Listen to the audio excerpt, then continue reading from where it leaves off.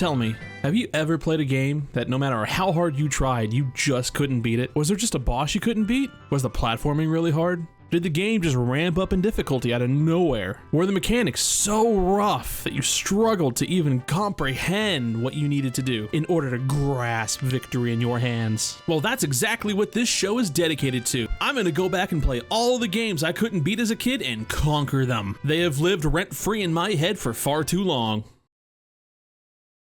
What the fuck?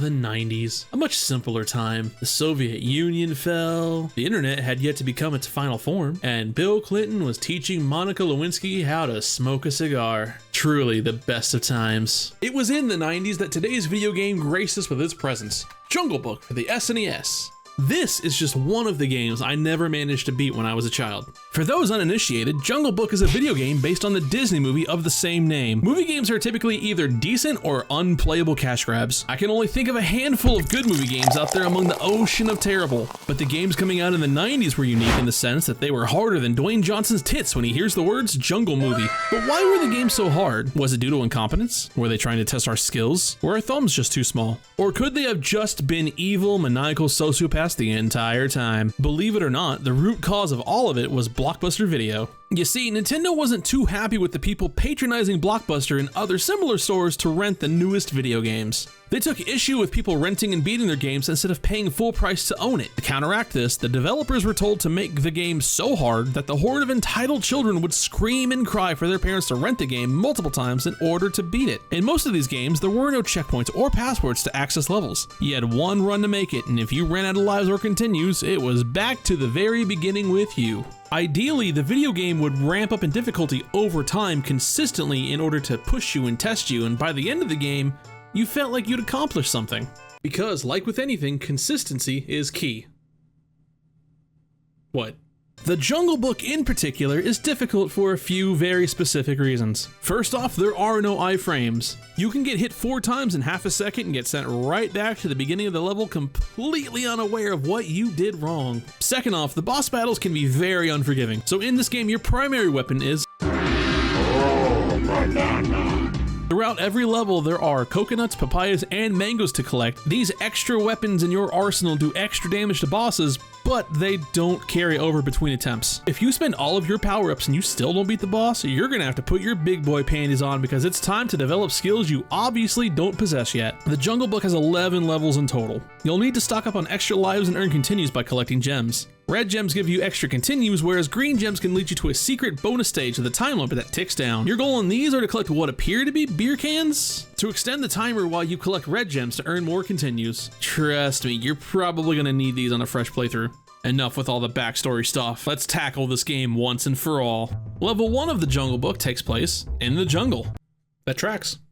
As is tradition, level 1 is typically tutorial land. Here they're introducing us to all the collectibles, all the gems, and showing off all the enemies. And you know, you just have your classic standard enemies. You have monkeys, dragonflies, snakes, thorn bushes, ant hills, platforming. And the goal of most of these levels is to just reach the end where Baloo the bear awaits to spirit you away to the next level. In level 3, you are tasked with climbing a giant tree. You have these innocent little baby birds that no matter how hard you try, you cannot harm. And this guy.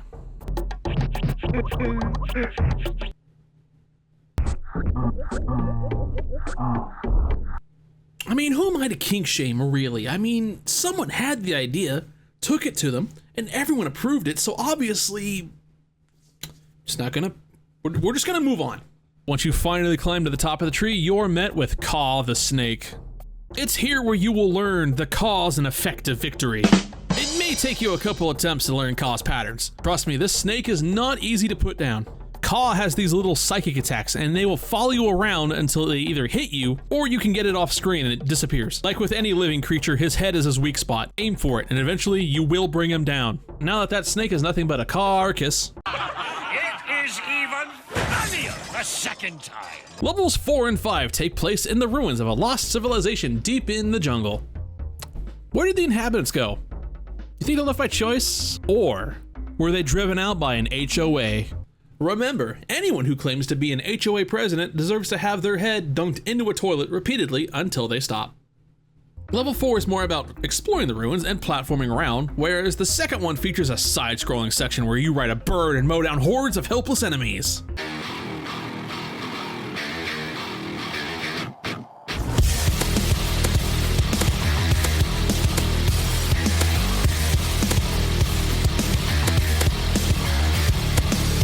By now, I'm sure I know what you're thinking.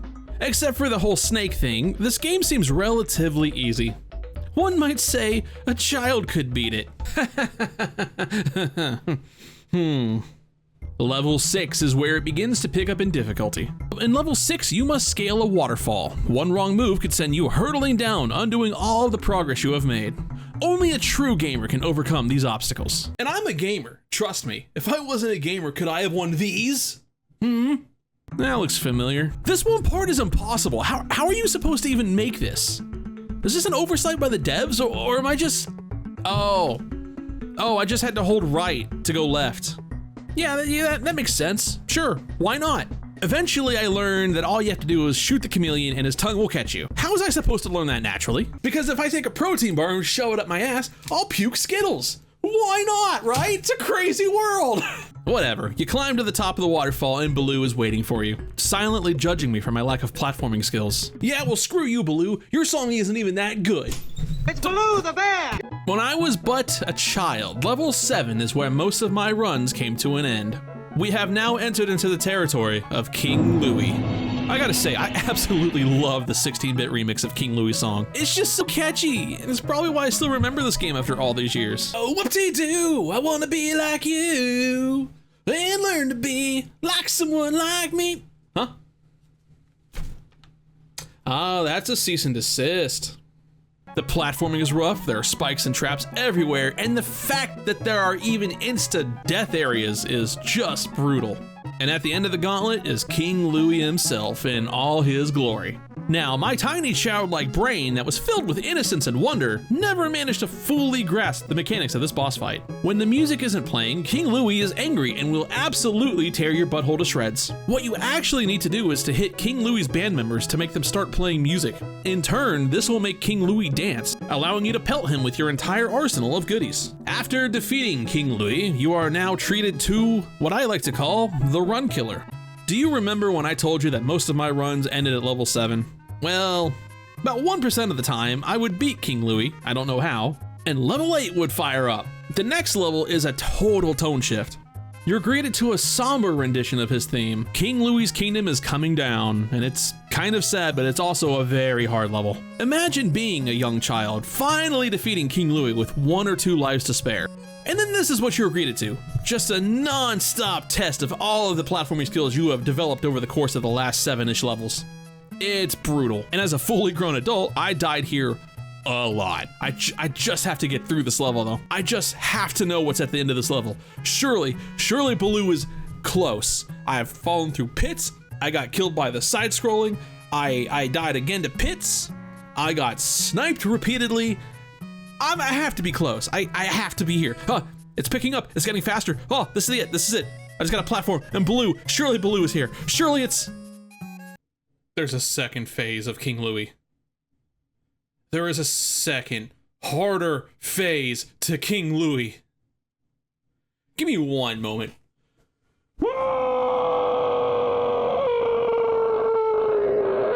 No. He's even harder here! For some twisted reason, the devs thought that we should face off against King Louie a second time. Only this time, he's done a line of crack and he's out for revenge. Louie whooped my butt repeatedly. I had to adapt to a level of just pure survival. Hit Louie once or twice and then leap. I spent a solid 20 to 30 minutes here before finally putting the ape down. For good. Hopefully. I am not unconvinced that Louie isn't just gonna show up at level 11 riding Shere Khan dressed like a mummy or something. After that nightmare, the next couple of levels were mostly just like a fever dream. I no longer cared about collecting gems or weapons. All I cared about was just sprinting through them as fast as I could. even though I'd never been here before. Level 9 is a beautiful redwood forest level, and 10 is basically this just at night. For some reason, these two levels were just kind of meh. I mean, after the last couple of levels that really hated me, these were just kind of like a nice forest hike. I lost no lives, I jumped, platformed, and I reached Baloo. It's almost like the devs really thought I would just never get past King Louie. Twice. And after beating that nighttime level, we were finally at the end, level 11. The music picks up, the environment is bleak, and everything is on fire. Just like America. There are leaps of faith, you can get struck by lightning, and fire hurts. Not to mention there are these enemies that chase you around and can very easily steal a few hearts away from you.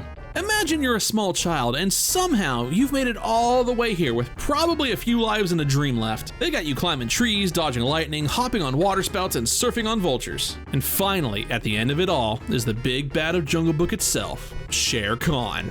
He can only be hurt by fire, which, lucky for us, descends from the heavens before us. Mowgli quickly learns firebending and can now fight the tiger on an even playing field. This fight is probably supposed to be really hard. I'm sure the developers wanted you to struggle. I'm sure there's an actual strategy to defeat him. By total accident, I found a way to cheese and I just spammed fire until I won. I just crouched and he didn't move and then his tail caught on fire and he ran away and I won. The freaking snake was harder than him. What happened? Did you guys run out of time? Did you spend the entire budget on the two freaking King Louie fights? You spent the entire budget on the two freaking King Louie fights, didn't you? Yeah, I understand. You had more fun with that. Yep. You know what? It doesn't matter.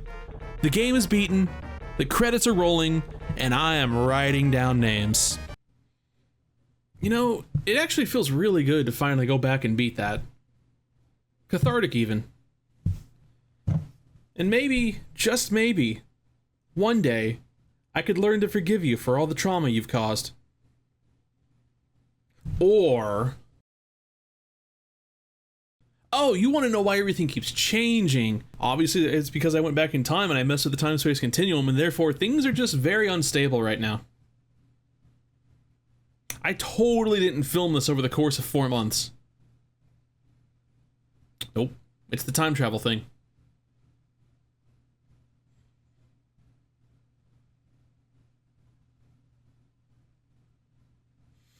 You like jazz?